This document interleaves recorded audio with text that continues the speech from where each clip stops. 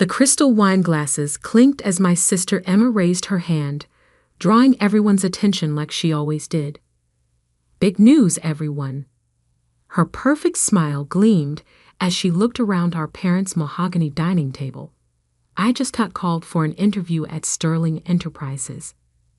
My mother gasped in delight, nearly dropping her fork.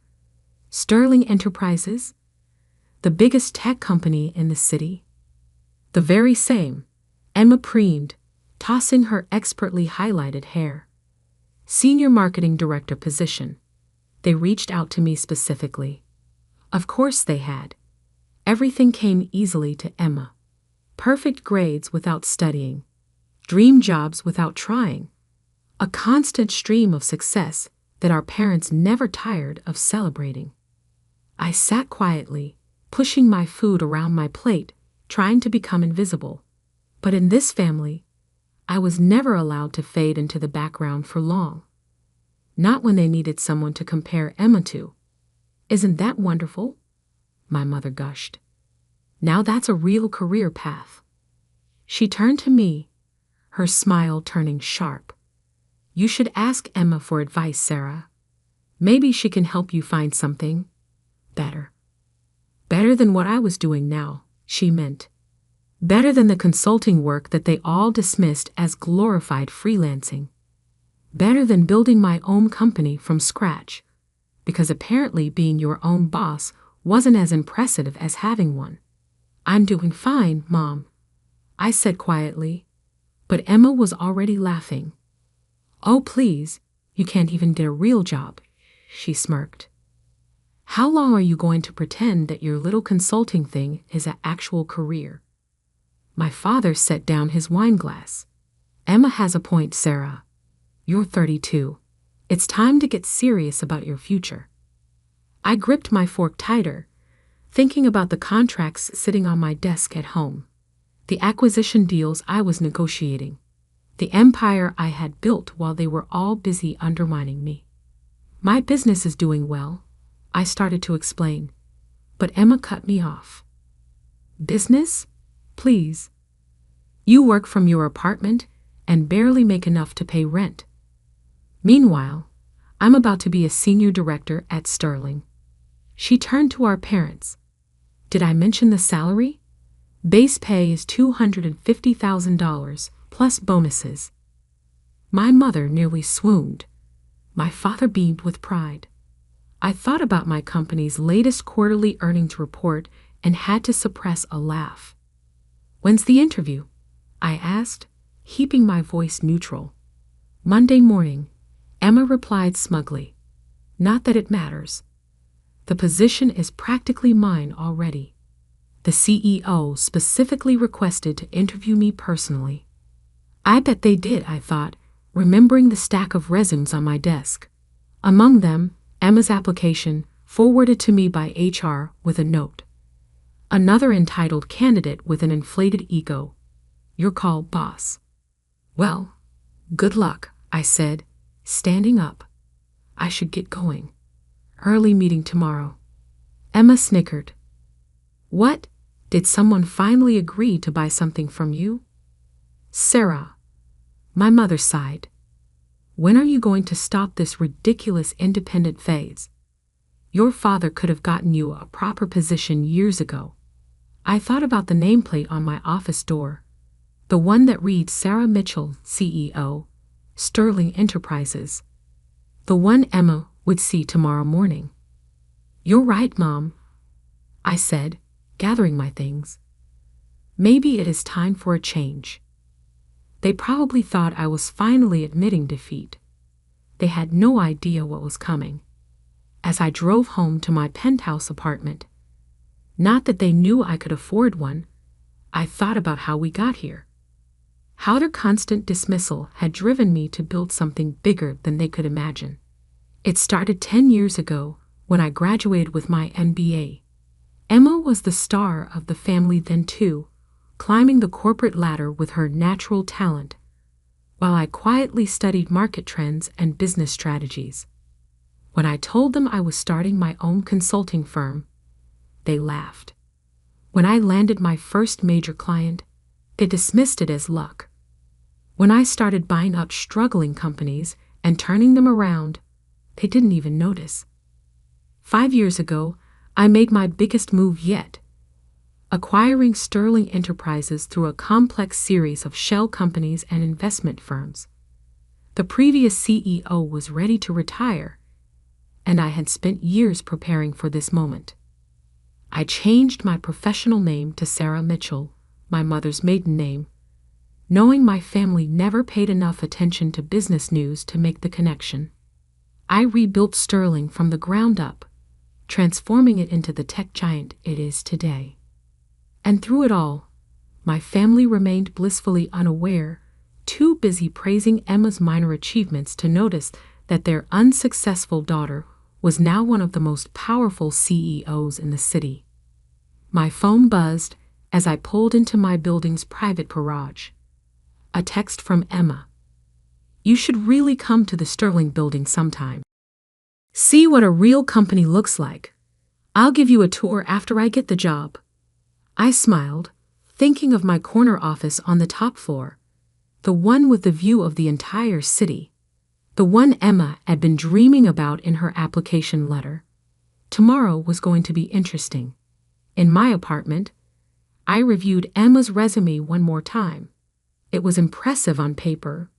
Good education, steady career progression, solid references. But I had done my research. I knew about the projects she had taken credit for, but barely contributed to. The subordinates she had thrown under the bus, the corners she had cut. Emma had always been good at presenting the perfect image. Tomorrow, she would learn that image isn't everything. My phone buzzed again. This time it was my mother. "Darling, I know you're probably feeling discouraged seeing Emma's success. Why don't you let your father make some calls? It's not too late to start a proper career." I set the phone down without responding and walked to my home office. The wall was covered in business magazines featuring Sterling's remarkable turnaround. Tech's most innovative CEO, one headline read, "Sarah Mitchell, the unseen power player revolutionizing the industry," declared another. My family had spent years telling me I wasn't good enough. Tomorrow, they would learn just how wrong they were. I sat at my desk and opened my laptop, typing out an email to HR. "Please ensure Ms. Emma Carter's interview is scheduled in my office at 9 a.m. sharp. And make sure she waits in the lobby for at least 30 minutes before being brought up." A small petty detail, perhaps, but after years of enduring her condescension, I thought I deserved a little dramatic flair. I spent the rest of the evening reviewing company reports and finalizing acquisition plans, just like any other Sunday night. But this Sunday felt different. Tomorrow, everything would change. As I got ready for bed, I caught my reflection in the bathroom mirror. I looked nothing like the timid daughter my family still saw me as. My suits were tailored now, my presence commanding. I had grown into my power while they weren't watching. Tomorrow, they would finally see me. And I couldn't wait for the show to begin. Monday morning arrived with a sense of delicious anticipation. I stood in my private elevator, ascending to the top floor of Sterling Enterprises, watching the city wake up through the glass walls. My Armani suit was immaculate, my heels clicking authoritatively on the marble floor as I stepped out. "Good morning, Ms. Mitchell," my executive assistant Diana greeted me with a knowing smile. "Your 9 a.m. appointment has arrived early."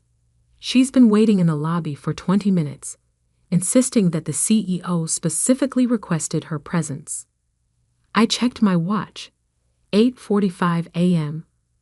Let her wait another 10 minutes. How's she handling it? Diana's eyes twinkled.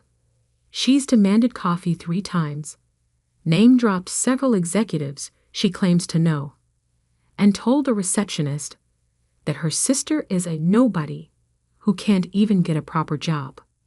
I smiled, setting my briefcase on my desk. Perfect. Has she noticed any of the magazine covers? No, Diana smirked. She's too busy telling everyone within earshot about her marketing expertise to look around. Typical Emma. So focused on promoting herself that she missed the obvious. The lobby walls were lined with press coverage of Sterling's transformation under my leadership. My photo was literally hanging above the reception desk, but Emma would never notice. She never had. Her resume listed some impressive achievements at her current company, Diana noted, arranging folders on my desk. I took the liberty of fact-checking them. And half are exaggerated, a third are outright lies, and the rest were group projects where she took sole credit. I nodded, unsurprised. Just like high school. Remember when she won that science fair? The project you actually built while she was at cheerleading practice. The very same. I sat down behind my desk, adjusting my nameplate slightly. Send her up at 9 a.m. exactly.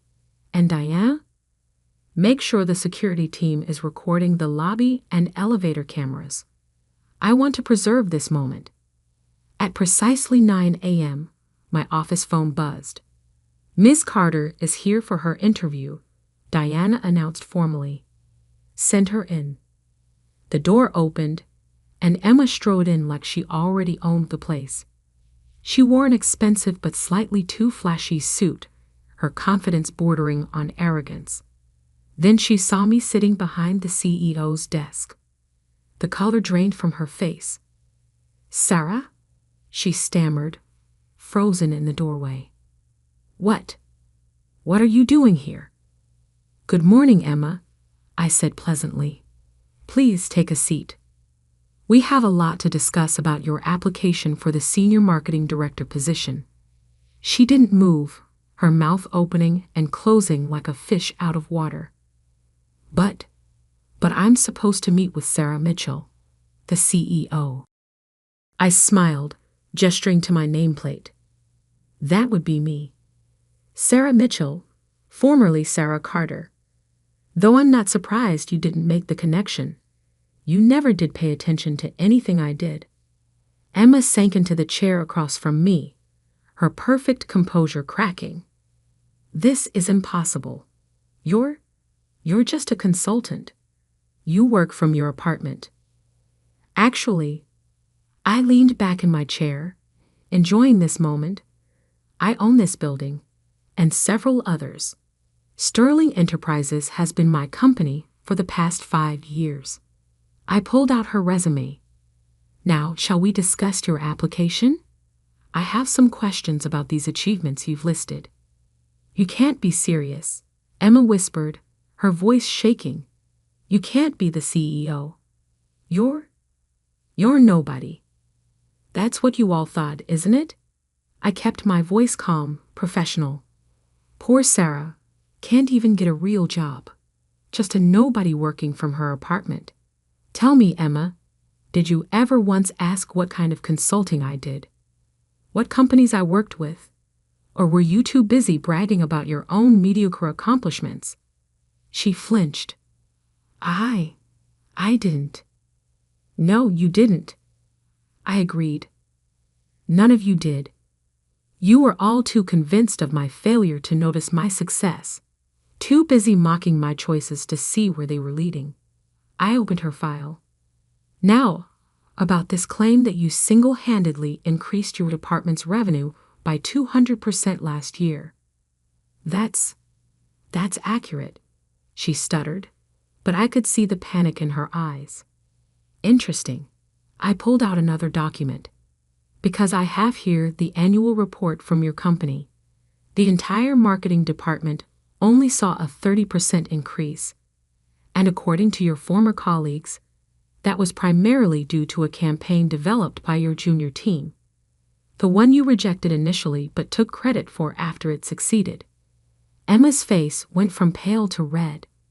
You've been investigating me? I investigate all potential senior executives thoroughly. We have very high standards at Sterling. I smiled. Standards that value actual achievement over self-promotion. Just then my phone buzzed. Diana's voice came through the speaker. "Ms. Mitchell, your parents are in the lobby, demanding to see you." They're quite insistent. Of course they were.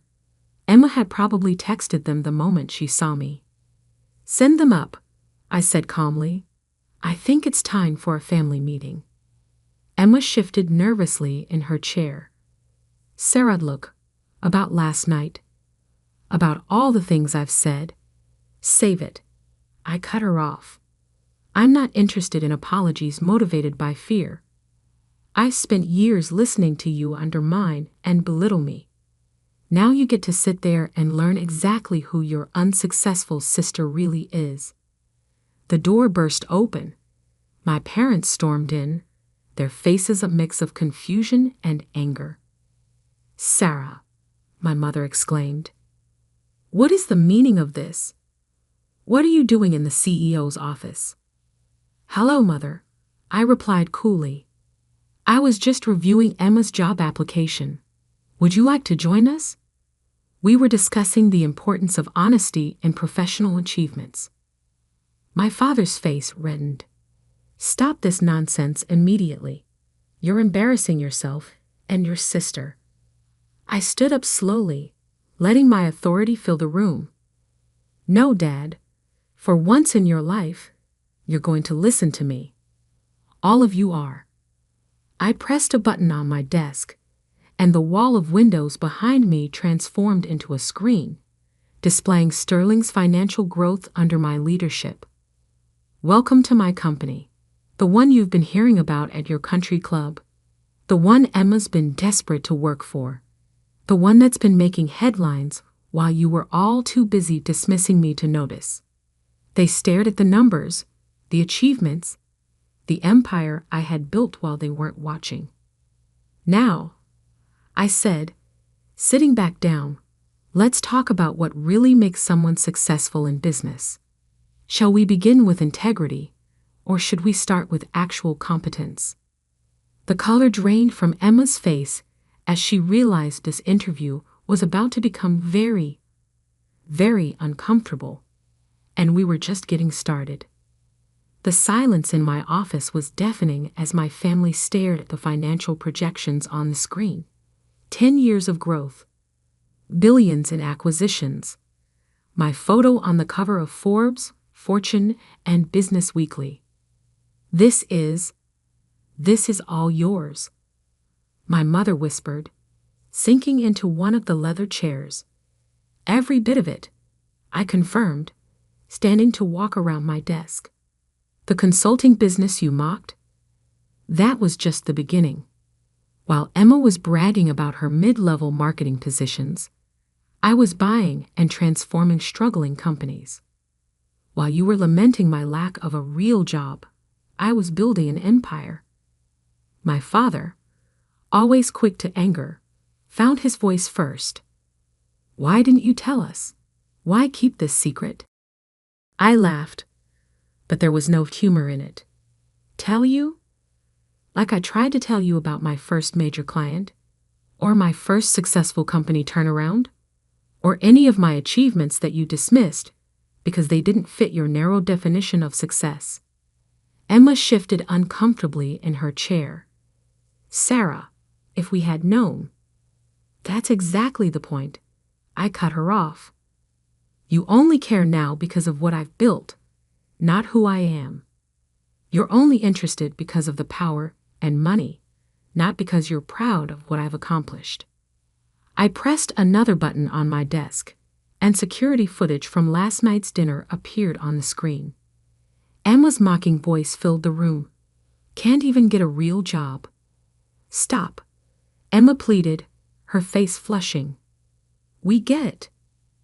"Do you?" I turned to face her directly. "Because I've been watching you build your career on exaggerations and stolen credit. I've talked to your former colleagues, your supposed references. I know exactly how you've gotten every position you've ever held." My mother stood up, smoothing her designer dress nervously. "Surely we can work something out. We're family, after all. Family? I picked up Emma's resume. Like when Emma took credit for my science project in high school, or when she told her college friends I was a dropout because I started my own business instead of following the corporate path. That kind of family. I was young, Emma protested weakly. We all make mistakes. Yes, we do, I agreed. And now you get to face the consequences of yours. Diana? My assistant entered with a thick folder. The investigation results you requested, Ms. Mitchell. Thank you. I opened the folder and began reading. Falsified achievements, stolen ideas, workplace bullying complaints. I looked up at Emma. Did you really think none of this would come out during our background check? Emma's face went pale. Those accusations were never proven. Because you had Daddy's lawyers shut down every investigation, I finished for her. But Sterling takes corporate integrity very seriously. We thoroughly vet all potential executives. My father stepped forward, his business negotiation face on. Now, Sarah, surely we can discuss this privately, as a family. You lost that right last night, I replied calmly. When you sat there and let Emma mock me. When you suggested I needed your help to find a real job. When you once again made it clear that nothing I did would ever be good enough. I pressed another button on my desk. The office door opened, and Harold Bennett, my chief legal officer, entered. Harold, please explain to my family the consequences of submitting fraudulent information on a Sterling Enterprises job application. Harold adjusted his glasses. Falsifying credentials and experience on an executive-level application is grounds for immediate rejection and potential legal action, especially if previous employers wish to pursue damages for defamation or intellectual property theft. Emma's composure cracked completely. You wouldn't. You can't. Can't what? I asked softly. Protect my company from someone with a proven history of dishonesty? Enforce our ethical standards? Or are you suggesting I should give you special treatment because we're family? Sarah, please, my mother begged. Think about what this would do to our reputation. Like you thought about mine.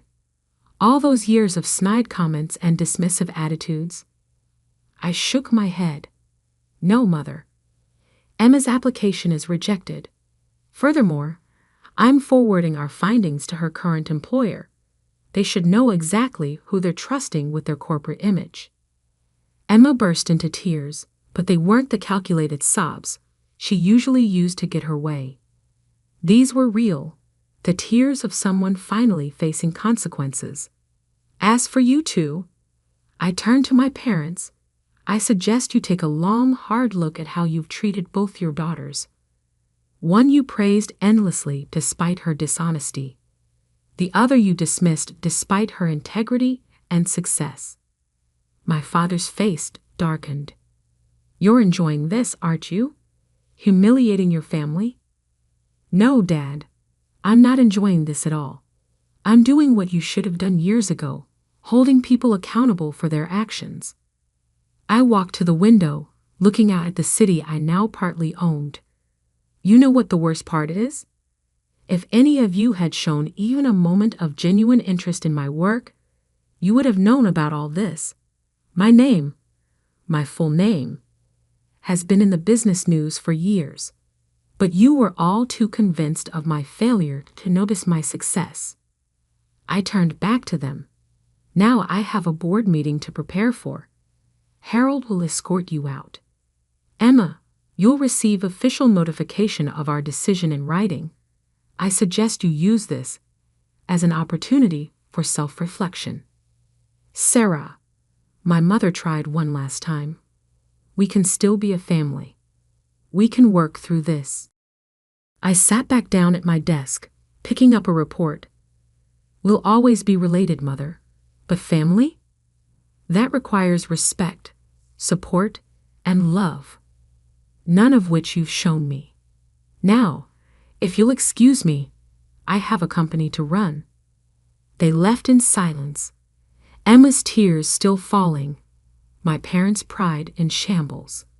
As the door closed behind them, Diana entered with a cup of coffee. "Are you okay?" she asked softly. I took a deep breath, looking at the family photo I kept in my drawer. Not of my parents or Emma, but of my grandfather, the only one who had believed in me from the start. "You know what, Diana? I am. For the first time in years, I really am." Over the next few months, the family dynamics shifted dramatically. Emma's current employer launched an investigation into her past achievements, leading to her eventual resignation. My parents stopped appearing in society pages, their social standing diminished by the revelation that they had dismissed their successful daughter while enabling their dishonest one. I focused on my work, continuing to build Sterling into an even stronger company. The business world buzzed with the story once it got out. The secret CEO who had hidden her success from her unsupportive family. It became a symbol of quiet determination triumphing over loud mediocrity. 6 months later, I received a letter from Emma. Not an email or text, but a handwritten letter of apology. For the first time in her life, she had been forced to work her way up from an entry-level position, no family connections to rely on. She wrote that she finally understood the value of genuine achievement. My parents took longer to come around, but eventually, my mother sent a similar letter, acknowledging their failures and asking for a chance to really know me, not as the daughter they had dismissed, but as the woman I had become. I kept both letters in my desk, next to my grandfather's photo, not because I was ready to forgive, but because they reminded me of an important truth. Success isn't about proving others wrong. It's about proving yourself right. 1 year to the day after that fateful interview, I sat in my office reviewing quarterly reports. Diana entered with the latest business magazine. The cover story: Sterling CEO Sarah Mitchell, The Power of Quiet Success. The article didn't mention my family drama or Emma's failed interview.